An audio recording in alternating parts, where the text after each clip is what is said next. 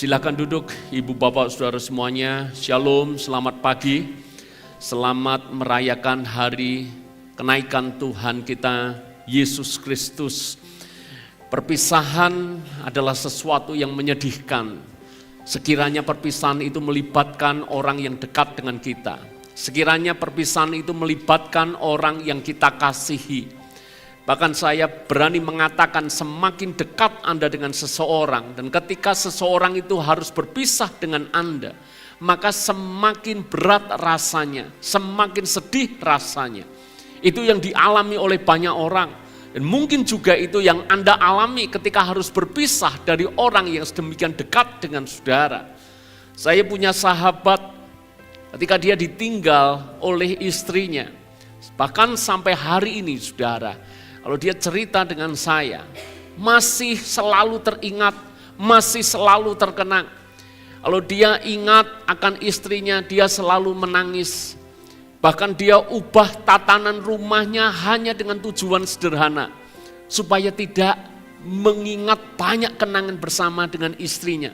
Sebab begitu dia ingat pasti nangis, begitu ingat dia nangis. Saya ketemu dengan satu tukang interior dan kemarin dia cerita kepada saya, Pak, saya diminta untuk merenovasi total interior rumahnya. Katanya kalau dia tidak rubah itu, dia selalu teringat dengan istrinya. Dan saudara, saya mengatakan kepada sahabat saya itu, memang kalau dekat hubungannya, berpisah itu sangat manusiawi kalau sampai merasa sangat kehilangan. Justru saya berkata, seandainya Anda mengalami keterpisahan dan tidak ada rasa sedih, mungkin itu menunjukkan sebuah kualitas hubungan yang kurang dekat, yang kurang intim. Semakin dekat, berpisah akan semakin sedih. Yesus bersama dengan murid-murid, meski hanya 3 tahun, tetapi itu hubungan yang sangat dekat, itu hubungan yang sangat intim.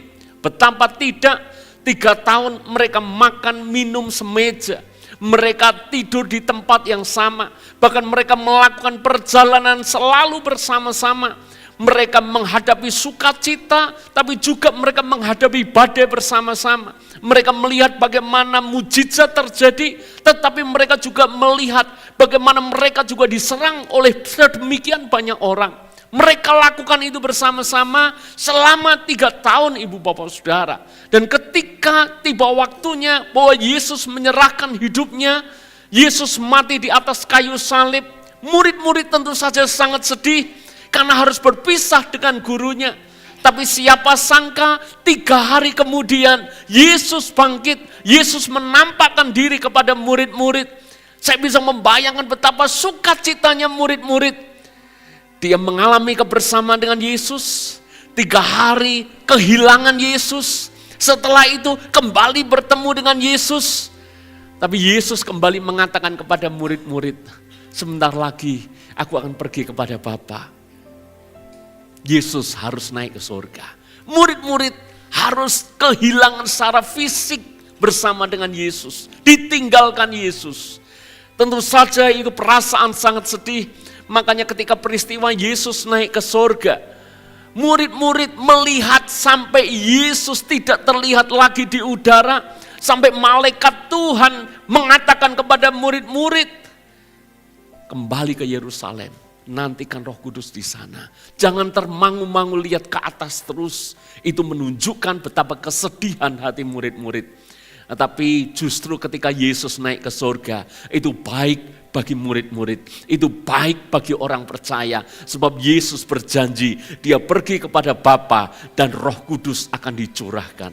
Hari ini di tengah-tengah ibadah peringatan kenaikan Tuhan Yesus, kita akan merasakan betapa berkat ketika Yesus naik ke surga. Sebab Roh Kudus dicurahkan di tengah-tengah kita. Ada 3 peran Roh Kudus yang dinyatakan bagi kita orang percaya, sebagaimana dinyatakan kepada murid-murid. Yang pertama, mari kita buka Yohanes pasal yang ke-14. Mari kita baca ayat yang ke-15. Apa peran Roh Kudus bagi murid-murid? Dan demikian juga apa peran Roh Kudus bagi orang percaya, termasuk kita pagi hari ini. Yohanes 14 ayat yang ke-15. Jikalau kamu mengasihi aku, kamu akan menuruti segala perintahku. Aku akan minta kepada Bapa dan ia akan memberikan kepadamu seorang penolong yang lain. Kata penolong di sini memakai huruf kapital atau huruf besar. Ini menunjuk kepada Roh Kudus. Sebab ia menyertai kamu selama-lamanya. Yaitu Roh kebenaran. Dunia tidak dapat menerima dia. Sebab dunia tidak melihat dia dan tidak mengenal dia. Tetapi kamu mengenal dia sebab ia menyertai kamu dan akan diam di dalam kamu. Aku tidak akan meninggalkan kamu sebagai yatim piatu. Aku datang kembali kepadamu. Tinggal sesaat lagi dan dunia tidak akan melihat aku lagi. Tetapi kamu melihat aku sebab aku hidup dan kamu pun akan hidup. Yesus naik ke surga, tetapi Yesus tidak pernah membiarkan murid-murid dalam kesendirian. Yesus mengutus Roh Kudus, Roh kebenaran, supaya menyertai murid-murid, supaya menjadi penolong bagi murid-murid. Ingat Matius pasal yang ke-28, ketika Yesus hendak naik ke surga, Yesus memberikan perintah yang maha penting kepada murid-murid. Pergilah, jadikanlah semua bangsa menjadi muridku. Ajarlah mereka, baptislah mereka. Ibu bapak saudara, ini adalah tugas yang maha penting. Rencana keselamatan harus sampai kepada bangsa-bangsa. Kalau tidak, bukankah sia-sia Yesus mati di atas kayu salib? Saya ajak Anda berpikir secara logik, sederhana sekali.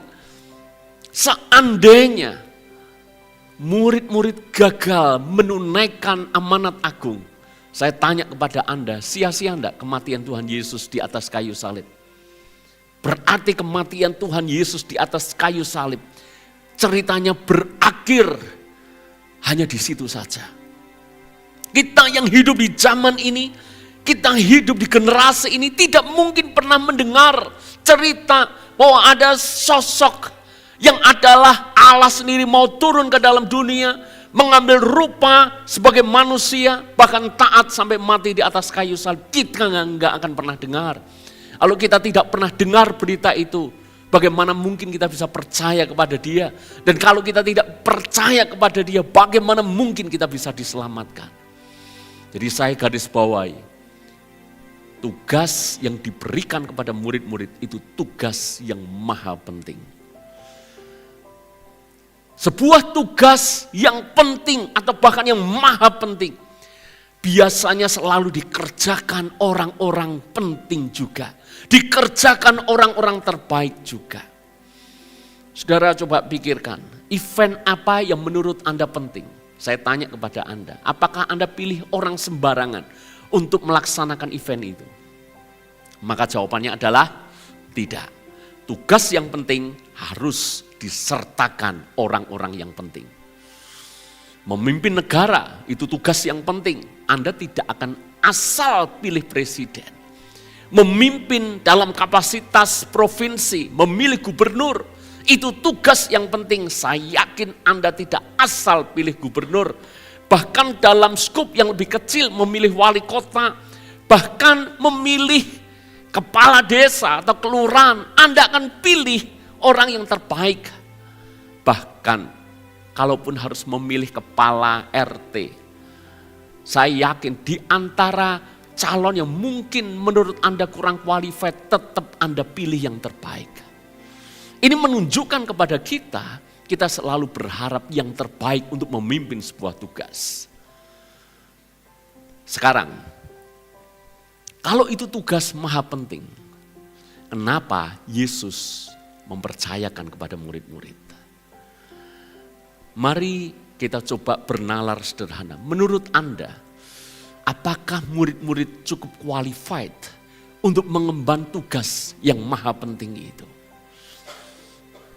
Secara kapasitas, secara kemampuan, kualitas, apakah kemampuan murid-murid mumpuni? Mayoritas murid-murid itu orang sederhana loh. Mayoritas di antara mereka nelayan. Bahkan sedikit yang terpelajar. Yang terpelajar itu hanyalah Yudas Iskariot. Tapi endingnya, ujung-ujungnya justru menjual Yesus. Menyisakan murid-murid yang secara kemampuan intelektual itu biasa sekali. Saya tidak berkata mereka bodoh, tetapi mereka adalah orang sederhana, mereka adalah orang biasa. Mungkin kita berpikir, mungkin mereka cukup diandalkan soal karakter, soal loyalitas. Buktinya ketika Yesus disalib, tidak ada seorang pun murid yang menyertai Yesus. Yudas menjual Yesus, Petrus menyangkal Yesus, Thomas tidak percaya kepada Yesus, Filipus yang sudah bersama-sama dengan Yesus sekian waktu lamanya, tapi juga tidak mengenal Yesus. Andreas tidak percaya kepada Yesus bahwa dia sanggup buat mujizat. Kira-kira saudara, apakah mereka juga bisa diandalkan? Dan sepertinya juga tidak. Justru alasan itulah kenapa Tuhan mengirimkan roh penolong bagi mereka. Kalau mereka mampu, kalau mereka kuat, kalau mereka hebat, mereka tidak lagi butuh roh penolong itu.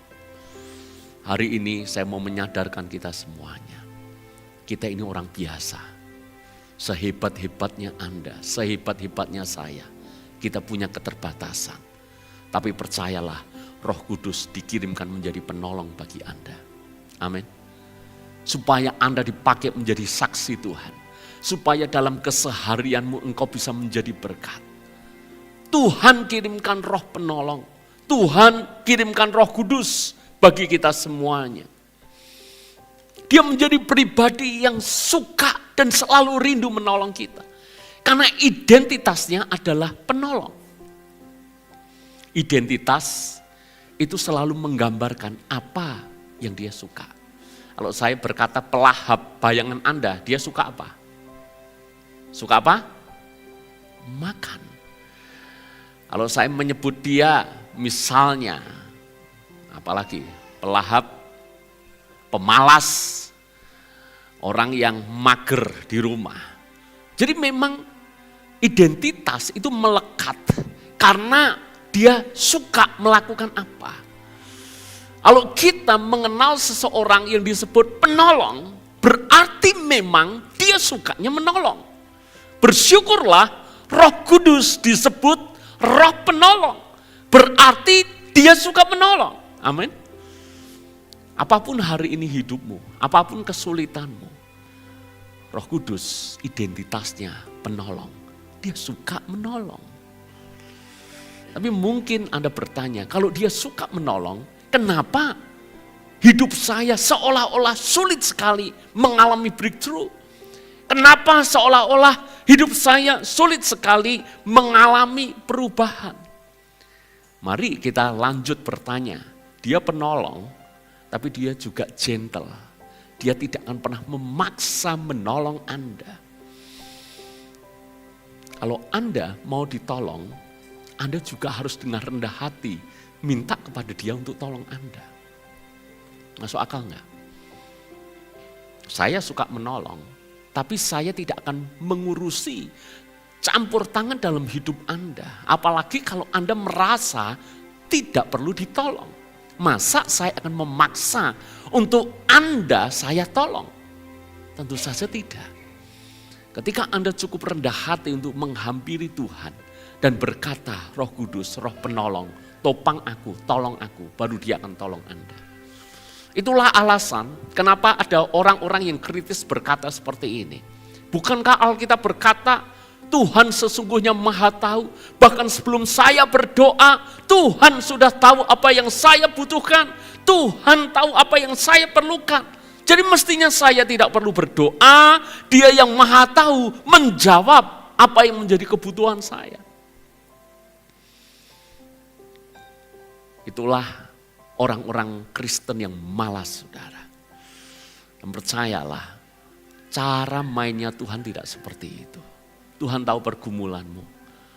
Tapi selama engkau tidak pernah minta tolong kepada Dia, Tuhan tunggu Anda, Tuhan tunggu saya.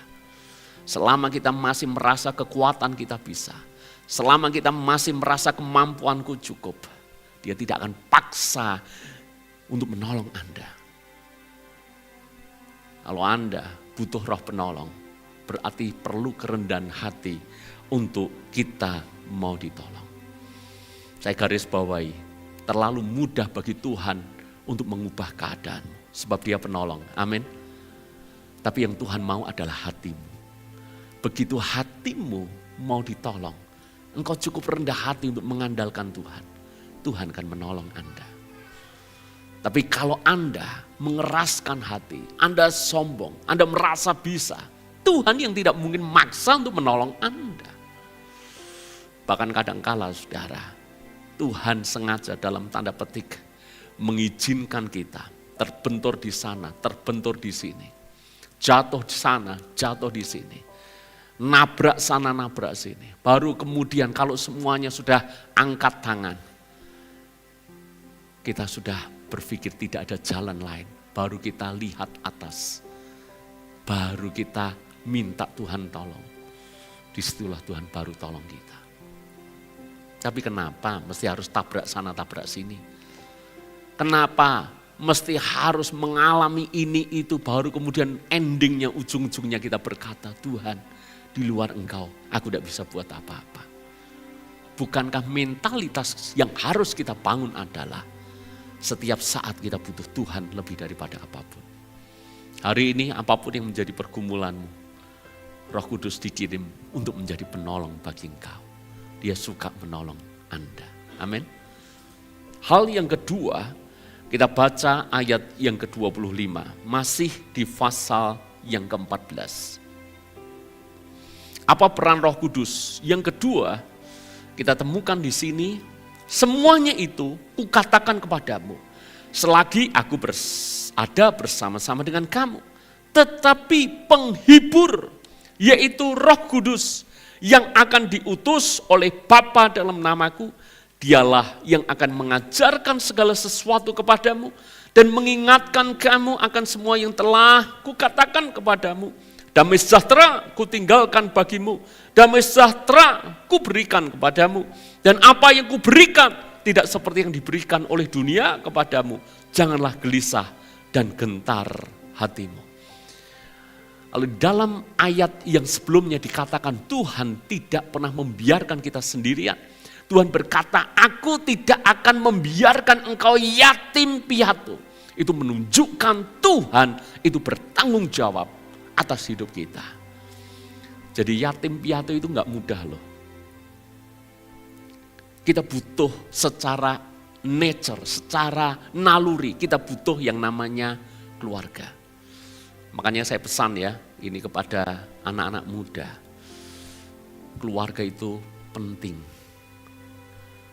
Bahkan saya mengatakan keluargamu lebih penting, bahkan lebih daripada sahabat-sahabat. Lebih penting daripada teman-teman. Kenapa? Tuhan menciptakan yang pertama-tama adalah keluarga dulu. Maka kembalilah kepada keluarga. Jangan musuhi keluargamu. Saya kadang-kala sedih melihat ada orang dengan arogan, ini dengan keluarganya, memutuskan untuk putus hubungan. Bahkan ada yang dengan arogan memutuskan hubungan dengan orang tuanya. Udahlah, gak usah cari aku lagi. Meninggalkan rumahnya, seolah-olah dia hebat, bisa tanpa keluarganya. Tapi saya beritahu saudara, kisah Alkitab sudah menulis sekalipun ribuan tahun yang lalu. Si anak bungsu merasa hebat dengan warisan orang tuanya. Tapi ujung-ujungnya ketika habis-habisan, ketika dia bahkan untuk makan saja, makan ampas babi saja tidak diizinkan. Saya tanya kepada Anda, ujung-ujungnya si anak bungsu kembali kemana? Ke keluarga. Apakah kembali ke teman-temannya? Tidak, kembali kepada keluarganya. Seandainya ada peristiwa tertentu, ada kecelakaan, identitas akan dilihat oleh polisi yang berwenang. Tempat mana yang dituju? Temannya kah? Rumahnya? Alamat rumahnya? Kalau sudah ketemu alamat rumahnya, misalnya di sana tidak ada keluarga, tetap yang akan dicari keluarganya. Polisi akan tetap tanya, ini keluarganya di mana? Selalu yang dicari keluarga. Jadi jangan putuskan hubungan dengan keluarga. Sebab ini secara alam, secara naluri tidak pernah enak menjadi yatim piatu. Saya punya teman yang dia pernah menceritakan pengalaman dia bekerja beberapa tahun di Belanda. Sebagai pekerja kasar, dia jadi tukang bersih-bersih rumah. Dan karena di Belanda, maka dia bisa bekerja itu secara ilegal. Nah, dia berangkat sebagai turis, tetapi tidak ikut pulang dengan rombongan turis yang lain. Sepertinya orang hebat bisa wisata ke Belanda, tapi misinya adalah yang penting sampai Belanda. Setelah itu dia memisahkan diri dari rombongan dan dia bekerja secara ilegal sebagai bersih-bersih rumah. Dia menceritakan penghasilannya lumayan besar. Tapi dia mengatakan seperti ini kepada saya. Tapi kalau kita bekerja sebagai pekerja ilegal, maka satu syarat yang wajib dipenuhi, tidak boleh sakit, saudara. Manusia bisa sakit gak? Tapi kalau dia mengatakan tidak boleh sakit. Sebab kalau kita sakit, kita bisa ke dokter. Kita sakit minimal bisa ke puskesmas. Dia gak boleh. Sebab begitu dia masuk ke klinik, ke puskesmas, selalu diminta yang namanya data. Diminta paspor, KTP dan seterusnya, identitas. Dan karena dia ilegal, dia gak boleh. Kalau ketemu polisi lewat di jalan, dia harus cari cara supaya menghindar. Ini sedihnya cerita pekerja ilegal di luar negeri.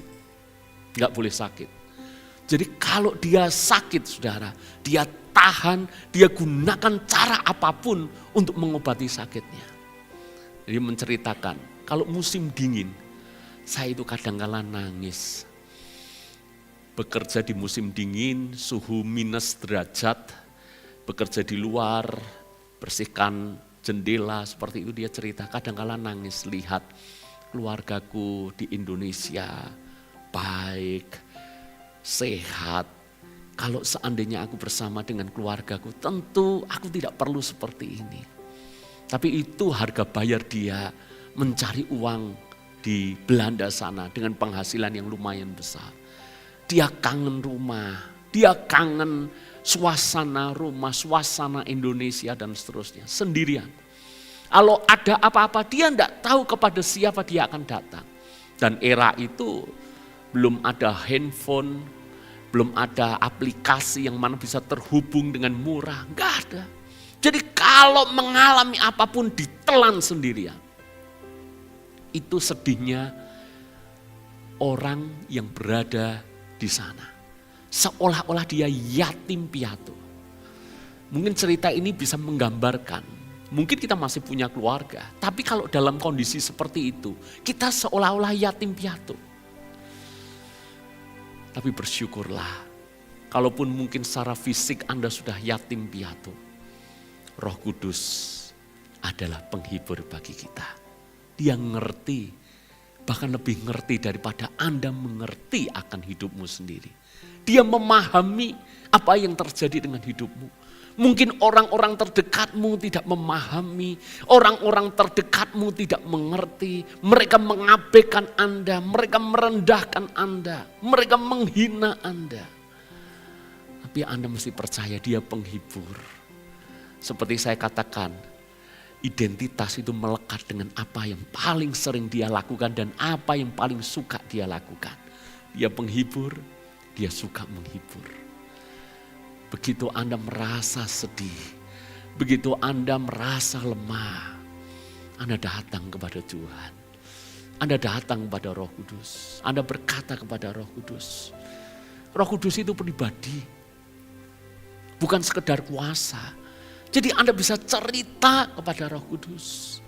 Kalau Anda punya teman curhat, it's okay, itu baik. Tapi pernahkah Anda menjadikan Roh Kudus teman curhatmu?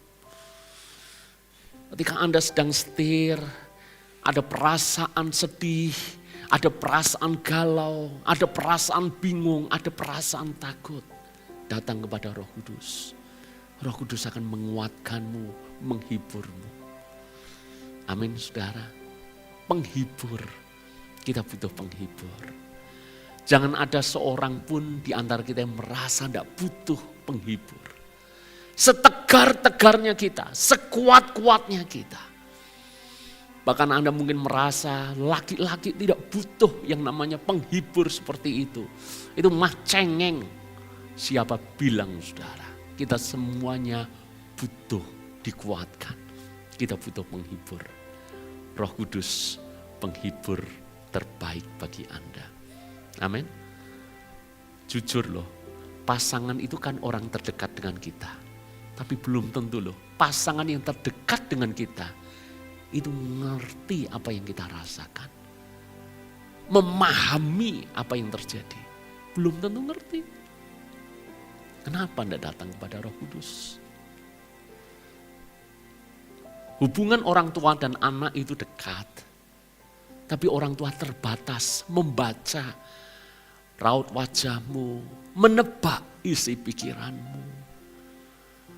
Kami orang tua berharap selalu ada untuk anak kami. Saya belajar membaca anak kami sedang mengalami apa, sedang merasakan apa. Tapi kami terbatas. Begitu kami sedikit sibuk, kami mungkin melewatkan sekian waktu untuk anak kami. Dan pada waktu itu mungkin anak kami sedang membutuhkan support dari kami. Itu sangat mungkin terjadi. Makanya saya berkata kepada anak-anak muda, Roh Kudus lebih daripada bapamu dan ibumu. Roh Kudus lebih daripada teman-temanmu. Teman-temanmu ada, karena mungkin ada tujuan yang sama. Ada minat yang sama, ada hobi yang sama, ada ketertarikan yang sama. Tapi begitu mungkin teman-temanmu memiliki hobi yang baru, minat yang baru, mungkin sudah tidak lagi bersama dengan engkau. Roh Kudus, penghibur sejati. Jangan pernah abaikan itu. Amin. Yang ketiga, yang terakhir saudara. Peran Roh Kudus yang pertama, kalau kita ulangi lagi, dia sebagai penolong. Yang kedua, dia sebagai penghibur. Yang ketiga, kita loncat di dalam Yohanes pasal yang ke-16. Mari kita baca ayat yang ke-7 sampai dengan ayat yang ke-10.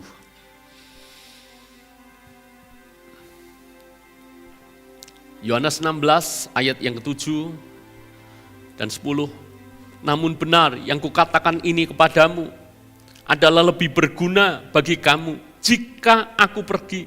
Sebab jikalau aku tidak pergi, penghibur itu tidak akan datang kepadamu. Tetapi jikalau aku pergi, aku akan mengutus dia kepadamu. Dan kalau ia datang, ia akan menginsafkan dunia akan dosa, kebenaran, dan penghakiman.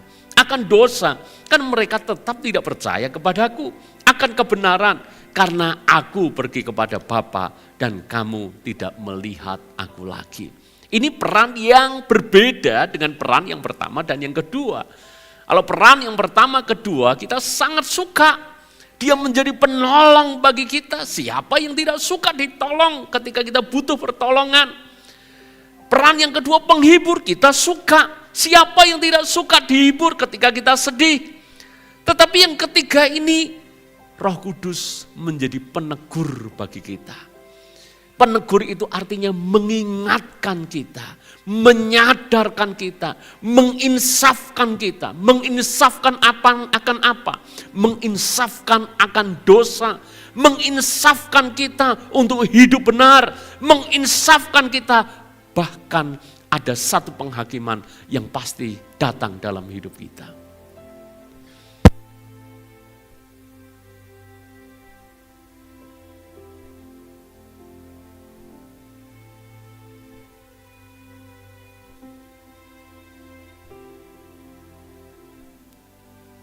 Boleh cek bisa ya? Oke, sambung lagi saudara.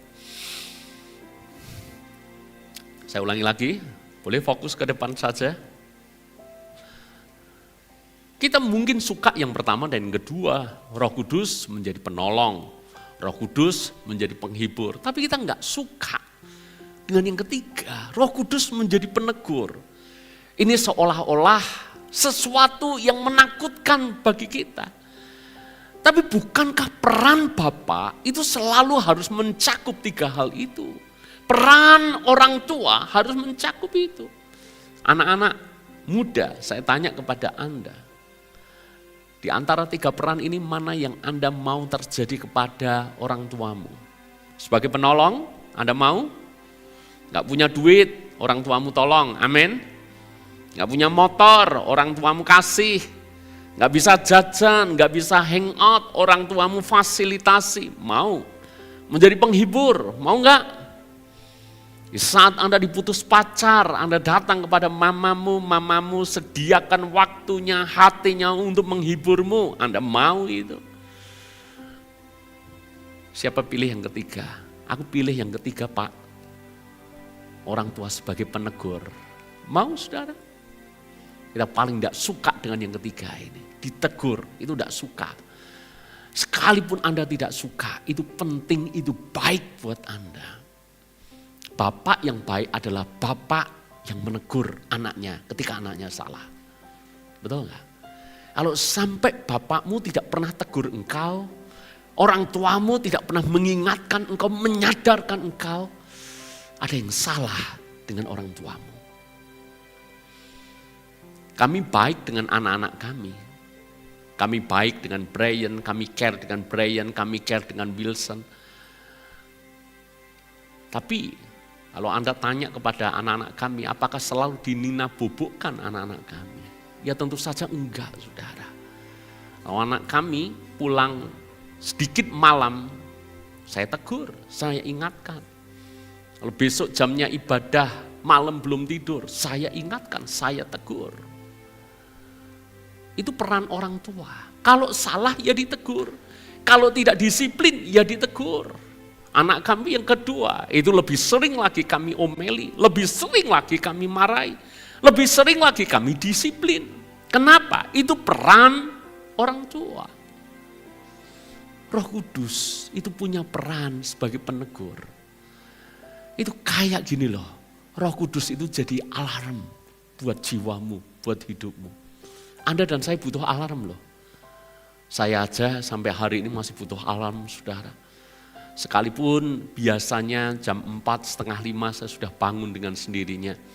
Tapi saya butuh alarm. Sebab kalau kecapean, saudara, saya pernah morning worship, tidak selalu utuh, saya pernah bolong. Kenapa bolong? Saya lupa pasang alarm, saudara. Padahal biasanya rutin, saya bangun itu. Bahkan tanpa alarm saya bisa. Tapi kali itu entah karena capek, tiba-tiba gak bisa bangun. Kita butuh yang namanya alarm. Alarm itu mengingatkan. Mobilmu ada alarm. Kalau Anda gak pakai seat belt, bunyi gak? Bunyi. Harusnya itu difungsikan. Bukan untuk dimatikan, amin. Siapa yang minta kepada teknisi otomotif, Mas bisa enggak tolong supaya seatbelt enggak usah dipasang tapi alarm enggak nyala, bisa enggak? Itu kan Indonesia, saudara. Kalau tidak, saya pernah ketemu dengan seorang rekan, ini juga hamba Tuhan gitu ya. Dan ternyata cara pakai sabuknya itu bukan di depan tapi di belakang, saudara. Tahu maksudnya? Jadi memang sabuknya itu sudah dipasang terus, jadi lewat belakang gini. Jadi ya aneh menurut saya. Yang penting enggak nyala, enggak bunyi alarmnya. Gitu. Loh, tugas daripada seat belt itu menjaga Anda loh. Kalau Anda enggak pakai, bunyi loh. Roh Kudus itu jaga hidupmu loh. Engkau sedikit melenceng, jiwamu itu langsung teriak-teriak loh. Siapa di sini kalau mau bikin dosa, jiwanya teriak? Saya aja? Hah? Yang pria-pria, kalau ketemu wanita cantik, bajunya minim, bajunya kurang, Dan Anda matanya seolah-olah kayak ada magnet untuk lihat. Ada enggak di sini yang ngomong sesuatu? Berzina itu tidak harus mesti bersama orang itu. Begitu kamu melihat, mengingininya, membayangkannya, itu sudah berzina loh. Nyala enggak Roh Kudus? Betul enggak saudara? Begitu Anda enggak curang, uang perusahaan yang bukan uang Anda mau Anda ambil, Roh Kudus ingatkan enggak? Dan benar Anda ambil, Roh Kudus tegur enggak? Kalau Anda sampai enggak merasa sama sekali, bukan Roh Kudus tidak berfungsi sebagai penegur dalam hidupmu. Jangan kegeeran Anda merasa hidupmu sudah baik. Di mata Tuhan saya ini dispesialkan kok. Saya bikin dosa, khusus saya enggak apa-apa. Gila itu namanya. Enggak ada yang namanya spesial untuk buat dosa. Enggak ada saudara. Satu-satunya alasan Roh Kudus tidak berbicara keras, bukan karena Roh Kudus tidak berbicara keras. Maaf, telinga rohani kita yang sudah sangat tuli. Kalau telinga ini sudah berkurang pendengarannya, maaf, tuli sebut saja demikian. Anda mau teriak seperti apapun, Anda tidak akan pernah didengar. Kenapa? Telinganya udah tuli. Roh Kudus itu penegur. Kalau Anda menebalkan nuranimu, bagaimana cara kita menebalkan nurani? Anda mengeraskan hati, bikin dosa enggak bertobat, bikin lagi malah nantang.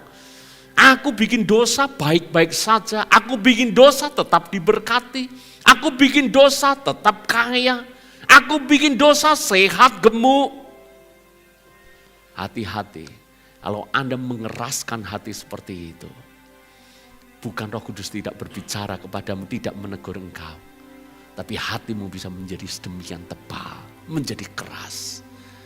Warning loh, ini namanya mendukakan Roh Kudus.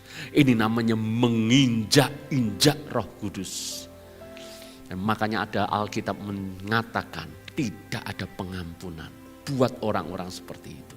Kenapa? Ya bagaimana mungkin ada pengampunan karena dia tidak bertobat. Bagaimana mungkin dia bertobat kalau dia mengeraskan hatinya? Hari ini Ibu Bapak Saudara, jadikan dia pengingat, penegur. Yang ketiga memang gak enak, tapi kita butuh. Amin. Saya tanya kepada Anda, tolong dijawab dengan jujur. Kira-kira Anda mau gak digembalakan oleh gembala yang tahu persis ada yang salah, tapi Anda dibiarkan, dinina-bubukkan? Apa Anda mau? Bukankah minimal Anda diingatkan? Minimal Anda disadarkan? Memang enak saudara, kalau bisa punya orang tua yang demokrasinya full. Mau bikin apapun boleh. Mau pulang awal boleh, pulang malam boleh. Kalau perlu pulang pagi, supaya tidak repot bukain pintu tengah malam. Kalau pagi kan sudah memang saatnya aktivitas. Enak punya orang tua seperti itu. Kita butuh orang tua yang menegur dan mengingatkan. Roh Kudus penegur, pengingat buat Anda. Hari ini kita sudah belajar 3 peran Roh Kudus.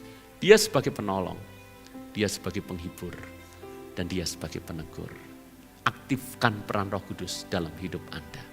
Buka hatimu untuk Roh Kudus. Izinkan Roh Kudus bekerja dalam hidup kita. Amin. Mari kita bersama-sama berdiri. Kita akan berdoa.